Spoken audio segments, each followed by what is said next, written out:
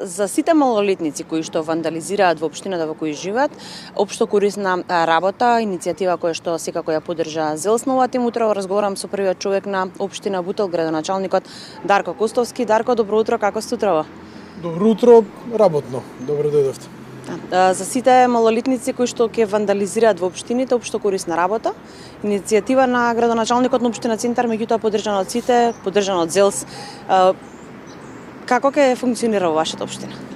Се што е во насока на заштитување на тоа што го градиме, практично сите заедно, бидејќи нели се гради со средствата на граѓаните, наидува на поддршка моја лична и се надевам на сите граѓани на територија на општина Бутел, бидејќи навистина е проблематично кога се уништува општествениот имот, практично тоа е имотот на граѓаните.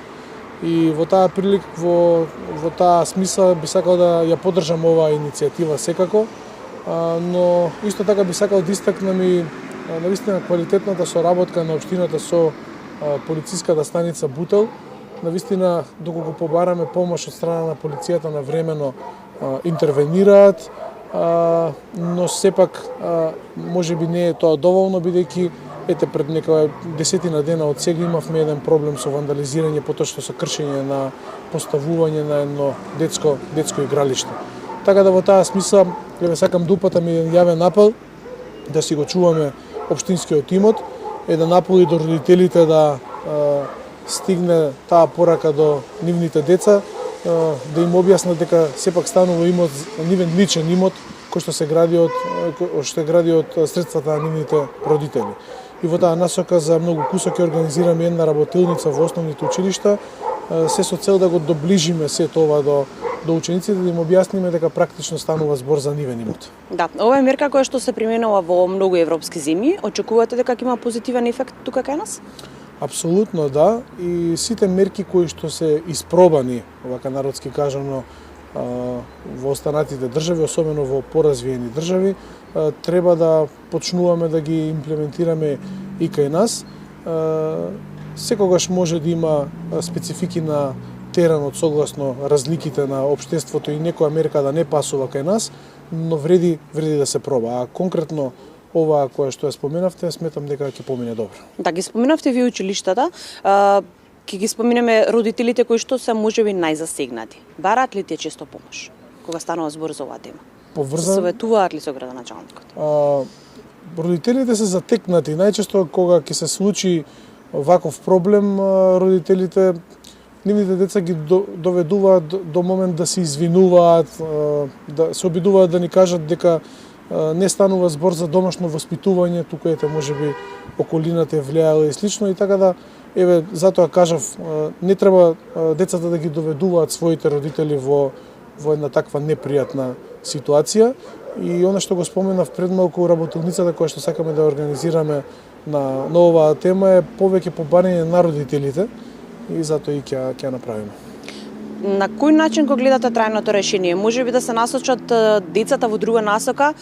Вие сте една од најспортските општини, имате огромен успех кога станува збор за спортот, можеби повеќе спортски активности? Сите активности кои што можат да се дадат на децата се добре дојдени во насока на тоа да се оттрнат од такви девијантни однесувања. Спортот секако е едно од најдобрите активности за да може да се оттргнете од едно такво. Практично немате време да се занимавате со тоа. Можеби нема да се искорени темелно оваа појава, но и такако сметам дека со едукација, пред се со едукација, ќе може да се намали, да дојде до една така кажана нормала, за да сепак она што го градиме се разбуди желба кај сите малолетни, па и повозрастни, да се чува, а не да се уништува. Викендов полициска патрола имаше министрот Точковски заедно со градоначалникот на Киселавода и Центар. Очекувате ли наскоро тука кај вас во Бутел?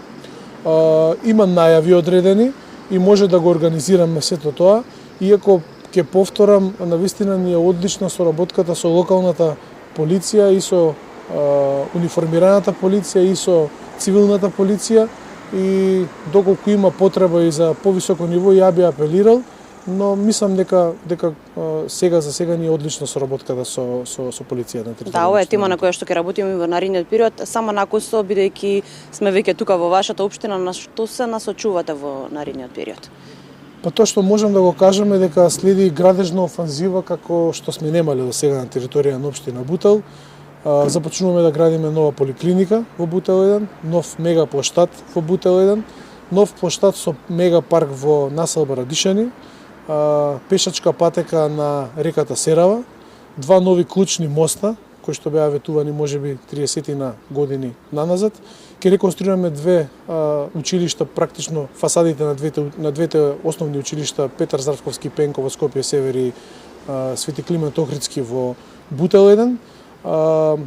Ќе почнеме да градиме 3 нови спортско-рекреативни центри за многу скоро од денес и со особено задоволство сакам да најавам асфалтирање на нови 50 улици пролетва, меѓу кои над 20 на големи клучни сообраќајници како улицата Коритница која што го поврзува Радишани со селото Љубанци, Боро Кралевски, Боро Менков во Скопје Север, улица Бетовенова, Марко Крале, Киро Димушков, значи станува збор за клучни големи сообраќајници кои што не се чепнати повеќе од 30, па можеби и 40 години. Така да следува една голема градежна офанзива на моје лично, но и на задоволство на граѓаните на општината. Многу работа за периодот кој што следува. Благодарам на одвоеното време, дел од проекти кои што ние ги следиме и во изминатиот период. Благодарам уште еднаш, се гледам во нека наредна прилика. Ви благодарам и јас и голем поздрав за тоа што ја следите работата на општина Бутел. Благодарам уште еднаш. Студио.